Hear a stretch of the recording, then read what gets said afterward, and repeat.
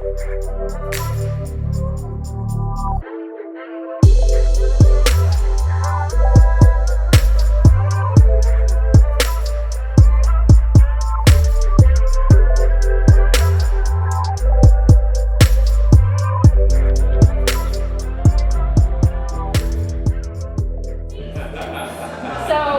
wanted to introduce someone that I met when I was 18 years old, so 10 years ago, fun fact. I met this man named Marshall Soulful Jones. I used to go to these poetry nights in Williamsburg at a place called Castleberry, and I really found my tribe there. There was this incredible guy, Marshall Soulful Jones, who would just like host these events where he brought people in, and ironically, they felt full when they left. That's how I found my voice. I wasn't always like this like cool person that spoke. Like, no, not at all. I was the shyest girl ever.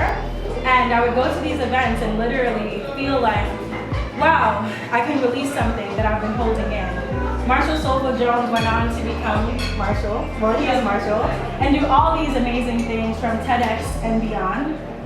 So I just want to, without further ado, introduce Marshall. We have this whole social distance thing that's happening, 6 feet apart, 6 feet apart. But I find that the original social distancing probably began with social media if you really think about it, because we kind of lost touch. It's so, in this time that we are in now, I mean, man, it's been a while. It's like, they have us like, automate, like, robots these days. We this is the Apple I person, complete with multi-touch. Doesn't it feel good to touch? Doesn't it feel good to touch? Compatible with your iPod and your iPad. Doesn't it feel good to touch? Doesn't it feel good to touch?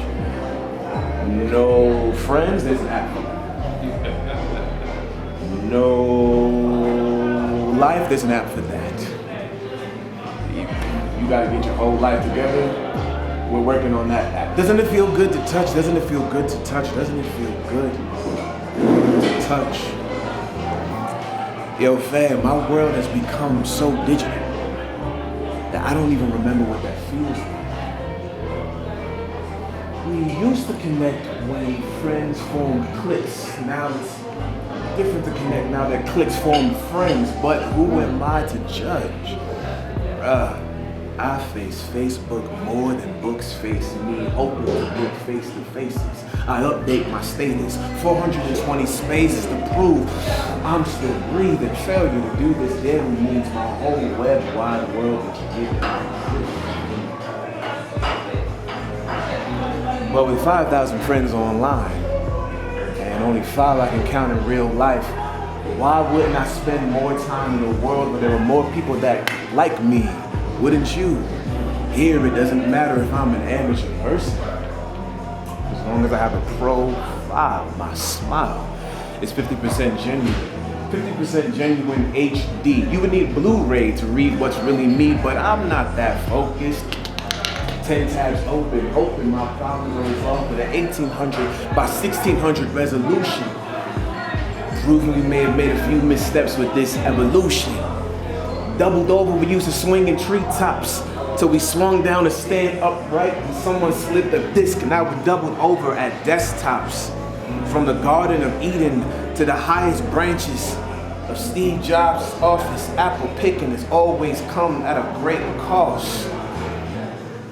iPhone, iMac, iPod, iChat. I do all of these things without making eye contact. We used to sprint to pick and store blackberries. Now we run, we used to run to the Sprint store to pick blackberries. It's scary how the sound of Mother Nature speaking I don't hear over all this tweeting, and our ability to feel along with it is fleeting. It's been a while. Our ability to feel along with it is fleeting. You would think these headphone jacks inject in the flesh the way we connect and disconnect power on until we're powerless. Are we love drugged? Do we e-trade, email, emotions like e-commerce because now money can buy love for $9.99 a month? Do we click to receive the checkout, click to X out with our hearts whisper? Click. I uploaded this hug.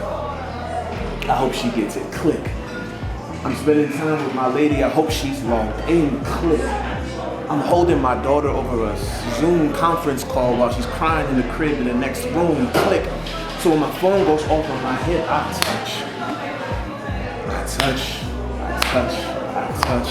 And I touch. Because in a world where laughter is never heard and our voices are only read, we are so desperate to feel that we hope the universe can reverse until the screen touches us back.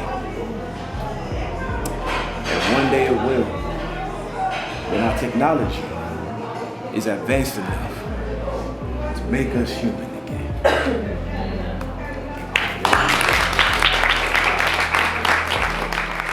And I want to say yes to financial abundance. Letting myself be loved. God's purpose for my life. Me time. Settling for more. Listening to God more. Yes, to putting myself first. Taking my time. I don't do that. I'm not very present. I want to be a lot more present. Like, I want to spend less time on my phone, less time thinking about the future or the past. I want to say yes to being present. Absolutely. A lot of things this year. Financial abundance, getting out of your comfort zone, accepting your greatness. Recognizing and accepting my flaws, because even though I hate them, they serve a purpose. Support. I'm saying yes to the fact that I can't do it alone. You know, big vision, big dreams, and it's okay to ask for help or to recruit. You know what I'm saying? So I'm saying yes to not trying to be spread too thin, and you know, the negative side of being a strong black woman. What did you let go of during this time? Does anyone want to answer that? I let go of people, which goes against like my fun fact of loving people. Like I get really excited about people. I get really into knowing people and enjoying them. And I let go of a person in a healthy way, because normally I'm always mourning the loss of a person in my life and feeling like I'm losing this world, but like I feel like the person taught me what they needed to teach me, and I'm letting it go without reeling about it and journaling and talking to my friends 10,000 times and then just accepting it. And I think it was a lesson that I needed to learn. I feel like I recently let go of the fear of like not having money.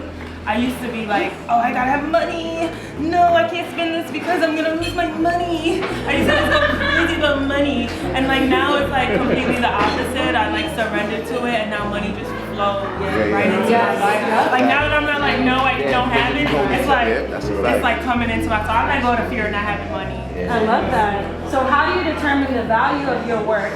How do you communicate this? So for me, when I think about how do I determine whether my work or my art was successful, it was how did it impact other people? How did I change someone's life? How did I influence you for the better or in a positive way? So that's the first thing I thought of. I'm a storyteller, obviously. I act, so I'm either telling a story visually with my body and my voice, or I'm making documentaries. So I'm telling someone else's story and giving you a platform, maybe shedding light on a different topic. So for me, it's judging the level of impact that I had on other people's lives outside of my own being, outside of my own wants, outside of my own needs. It's how did I impact people while I was on this earth with my art and with. What is your safe place? My main safe space, I would say, is my head, because I can make miracles happen in my head. So anytime like I feel like I can't deal with this outer world, I dig deep in my head, and I just be like in my own little la la land, which is where my art comes from. Hashtag welcome to la la land. Artists, yeah. What is your favorite self-care activity? There's a lot of different things that I do for self-care. But like anybody that knows me knows how much I love basketball. I don't have any dreams of going to the NBA anymore. But like I play basketball because it just I don't think about anything else when I'm thinking about basketball. Like when I was in college, you know, anytime I had midterms or finals, anything like that, I would just go to the court, play basketball for like an hour or two, and I come back and I'll be like, you know, I'll be grounded. But obviously after graduating and you know not having access to gyms and stuff like that, I really started taking meditation extremely seriously. I meditate a lot, or I just kind of just sit silent. well, I guess that is meditating at the end of the day. So I do that every day, every morning when I wake up, randomly throughout the day when I'm kind of distressed. Yeah, and I started taking care of my face because of Vivi and Mariah. She got me the tuna product, so I really enjoyed it.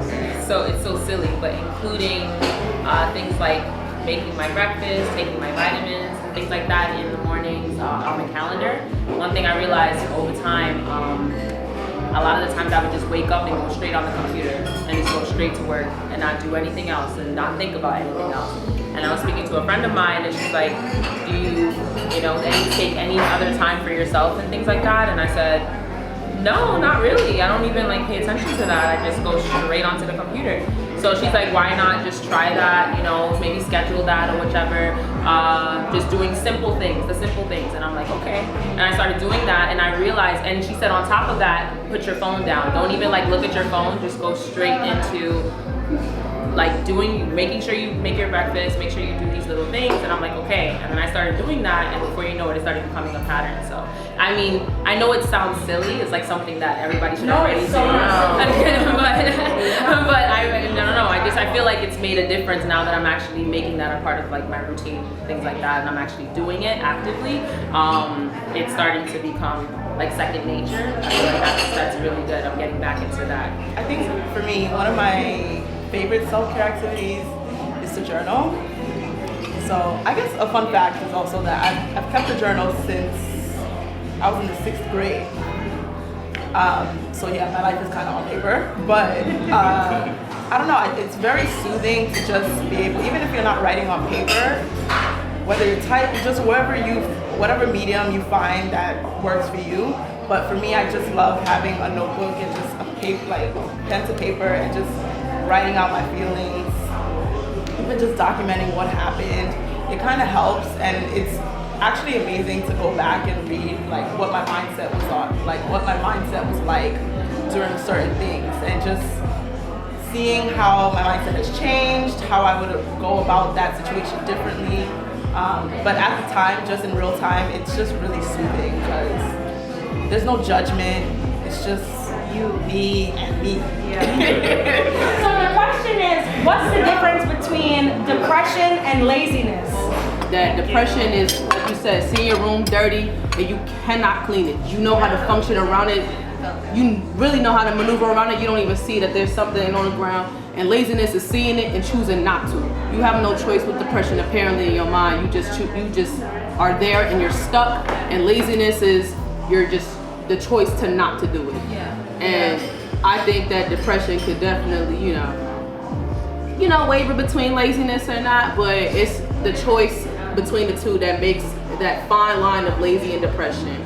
But everybody got a choice. Yeah. So therefore you can overcome it. I love that. I declare what I want for me. I affirm goodness in my life. I manifest financial abundance, happiness, and a fortune of health. Hashtag Yanni says.